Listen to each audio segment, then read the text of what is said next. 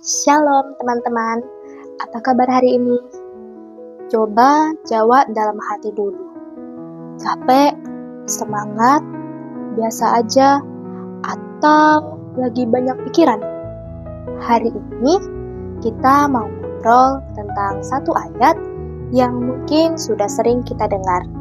Tapi sering kali kita dengar tanpa benar-benar menghidupinya. Sebelum lanjut, saya akan memperkenalkan diri terlebih dahulu. Nama saya Rahel Maulina Manalu dari kelas 12-3 SMA Sultan Iskandar Muda. Hari ini aku mau kasih kalian satu ayat dari Timotius 4 ayat 12. Firman Tuhan berkata, "Jangan seorang pun menganggap engkau rendah karena engkau muda. Jadilah teladan bagi orang-orang percaya dalam perkataanmu, dalam tingkah lakumu, dalam kasihmu, dalam kesetiaanmu, dan dalam kemurnianmu." Surat ini ditulis oleh Rasul Paulus kepada Timotius. Paulus itu mentor rohani. Timotius itu anak rohaninya. Paulus menulis surat ini supaya Timotius kuat dan berani memimpin jemaat. Dan menariknya, Timotius itu masih muda. Mungkin kira-kira seusia kita sekarang. Dan Paulus berkata sesuatu yang sangat powerful.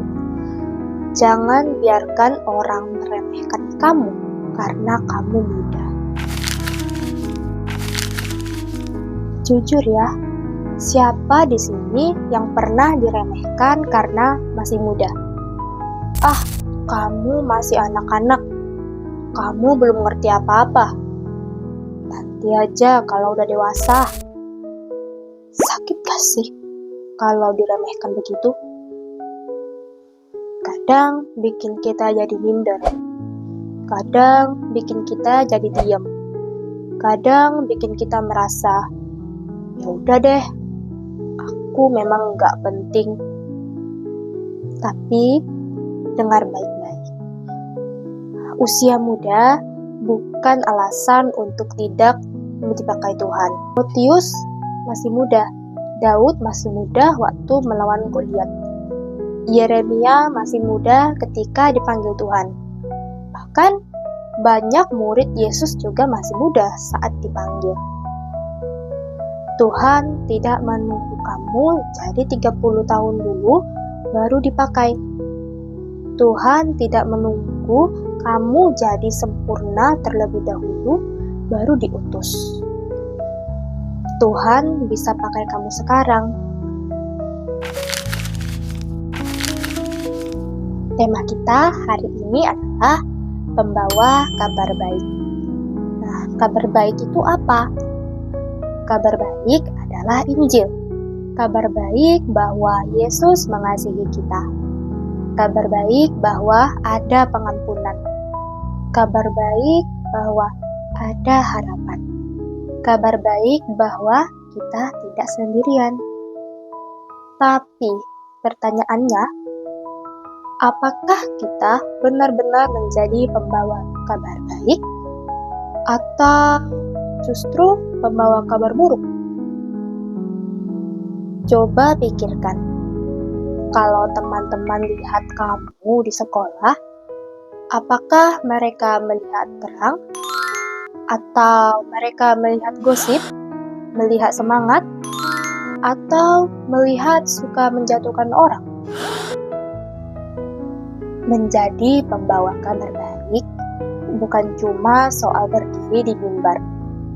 Bukan cuma soal berkhotbah, tapi soal bagaimana hidup kita. Dan Paulus bilang ada 5 area. Yang pertama adalah perkataan, yang kedua adalah tingkah laku, yang ketiga adalah kasih, yang keempat adalah kesetiaan, dan yang kelima adalah kesucian. Mari kita bahas satu-satu. Kita hidup di zaman chat, story, DM, komentar. Perkataan bukan cuma yang keluar dari mulut, tapi juga yang kita ketik. Pertanyaannya, apakah kata-kata kita membangun atau menghancurkan? Kadang kita bilang, cuma bercanda. Tapi kenyataannya, itu membuat orang lain terluka. Sebagai pembawa kabar baik, kata-kata kita harus membawa harapan. Coba mulai sederhana. Seperti berani bilang maaf, berani bilang terima kasih, berani bilang aku doakan ya. Itu sederhana, tapi itu kabar baik. Orang lebih melihat perbuatan daripada mendengar perkataan. Kita bisa bilang Yesus baik, tapi kalau kita suka curang, suka bohong, suka menyakiti, orang akan bingung. Menjadi pembawa kabar baik berarti hidup kita konsisten. Di gereja kita angkat tangan, di sekolah kita juga tetap jujur, di rumah kita tetap hormat. Itu teladan, dan teladan lebih keras suaranya daripada khotbah.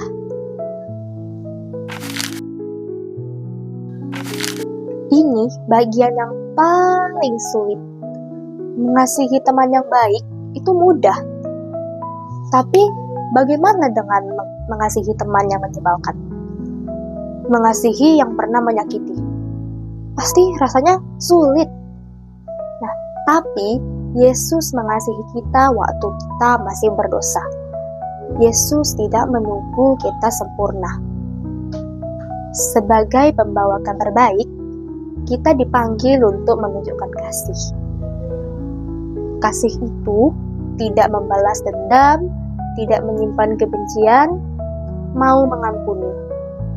Kasih membuat orang merasakan Tuhan. Setia bukan cuma soal hubungan. Setia berarti konsisten. Setiap doa walau tidak ada yang lihat. Setia ke gereja walau lagi malas. Setia melakukan yang benar walau teman-teman tidak peduli. Dunia penuh orang yang semangat di awal, tapi hilang di tengah jalan. Tuhan mencari orang yang setia. Kamu mungkin bukan yang paling berbakat, tapi kalau kamu setia, Tuhan akan pakai kamu luar biasa. Ini penting banget buat remaja. Kita hidup di dunia yang penuh godaan. Konten yang tidak sehat, tekanan pergaulan, standar dunia yang salah. Menjadi pembawa kabar baik berarti menjaga hati dan pikiran. Bukan karena kita sok suci, tapi karena kita tahu kita berharga. Kamu terlalu berharga untuk hidup sembarangan. Kesucian bukan soal terlihat rohani, tapi soal menjaga hati tetap bersih di hadapan Tuhan. Mungkin kamu berpikir, aku bukan siapa-siapa, aku biasa aja, aku sering gagal. Tapi dengar ini baik-baik, Tuhan tidak mencari yang paling hebat. Tuhan mencari yang mau dipakai, mau berubah, mau jadi terang. Bayangkan kalau ada satu orang di kelasmu memutuskan jadi pembawa kabar baik. Itu bisa mengubah suasana kelas. Bayangkan kalau satu orang di keluarga memutuskan jadi pembawa damai.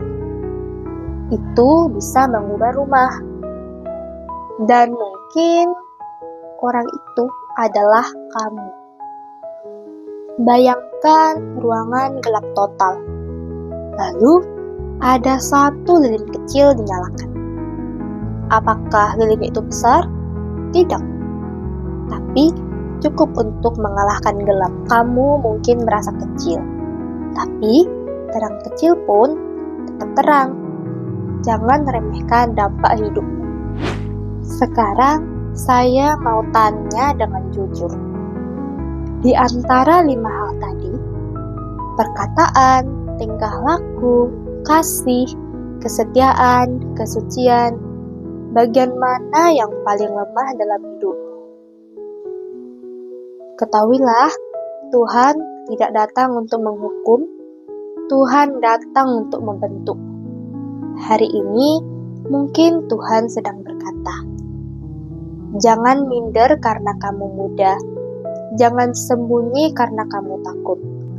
Bangkit, jadilah teladan. Teman-teman, dunia tidak butuh remaja yang ikut arus.